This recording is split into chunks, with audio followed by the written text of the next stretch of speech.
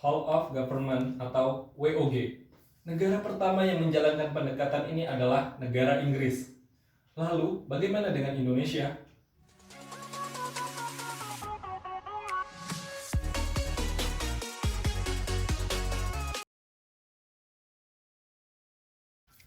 Assalamualaikum warahmatullahi wabarakatuh. Salam sejahtera untuk kita semua. Salah satu fungsi ASN adalah sebagai pelayan publik. Sebagai pelayan publik, maka pemerintah yang di dalamnya terdiri dari para ASN bergeliat demi berkomitmen untuk memberikan mutu pelayanan yang maksimum di masyarakat. Salah satunya adalah melalui WOG. WOG atau Whole of Government merupakan suatu pendekatan penyelenggara yang menyatukan upaya-upaya koordinasi dan kolaborasi pemerintah dari keseluruhan sektor. Konsepnya adalah melakukan pelayanan yang memuaskan atau good service melalui e-information, e-consultation, dan e-decision making. E-information artinya pemerintah dapat memberikan informasi secara daring atau online yang dapat dengan mudah diperoleh oleh publik. E-consultation artinya pemerintah dapat memberikan fasilitas konsultasi secara daring atau online demi pelayanan yang efektif dan efisien bagi publik. Jadi, WOG berkaitan dengan policy development, program manajemen, dan service delivery. Lalu, apakah Indonesia perlu melakukan WOG? Jawabannya sangat perlu. Kenapa? Pertama, adanya faktor-faktor eksternal seperti dorongan publik dalam mewujudkan integrasi kebijakan, program pembangunan, dan pelayanan prima agar terciptanya penyelenggaraan pemerintah yang lebih baik. Kedua, adanya faktor internal yang membuat ketimpangan kapasitas yang bernuansa kompetisi.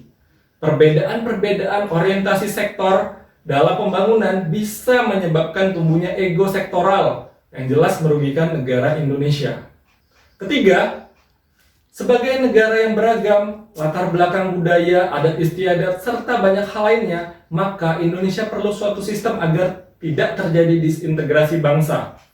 Pemerintah sebagai institusi formal berkewajiban untuk mendorong tumbuhnya nilai perekat kebangsaan yang menjamin kesatuan NKRI. Maka, WOG merupakan pendekatan yang tepat.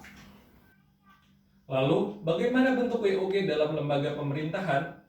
Berikut kategori hubungan kelembagaan dalam WOG. Lalu, bagaimana praktek WOG tersebut? Pertama, penguatan koordinasi antar lembaga. Kedua, membentuk lembaga koordinasi khusus. Ketiga, membentuk gugus tugas. Keempat, koalisi sosial. Namun, terdapat tantangan yang akan dihadapi dalam penerapan WOG ini.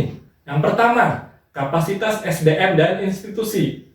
Kedua, nilai dan budaya organisasi. Ketiga, kepemimpinan. Namun, ada hal yang menarik yang disampaikan oleh Bapak M. Rahmadi sebagai pemateri dalam pelatihan ini.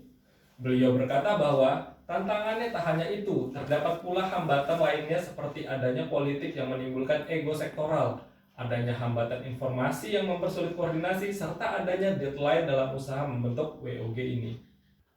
Lalu, apa contoh-contoh WOG yang ada di Indonesia saat ini? Berikut adalah contoh-contohnya.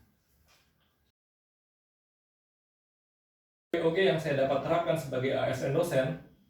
Sebagai ASN dosen yang melakukan pengajaran, penelitian, dan pengabdian, maka saya berharap dapat melakukan pendekatan WOG. Dalam hal pengajaran, di antaranya saya mau berkoordinasi dan berkolaborasi untuk bekerja sama dengan pihak akademik dalam memfasilitasi hal-hal yang berkaitan dengan informasi diri, kelengkapan mengajar, hingga penilaian mengajar. Sedangkan dalam hal penelitian dan pengabdian, saya siap berkoordinasi dan berkolaborasi dengan berbagai jurusan serta lembaga yang ada di lingkungan kampus maupun luar kampus. Sekian kita akhiri. Assalamualaikum warahmatullahi wabarakatuh dan salam sejahtera untuk kita semua.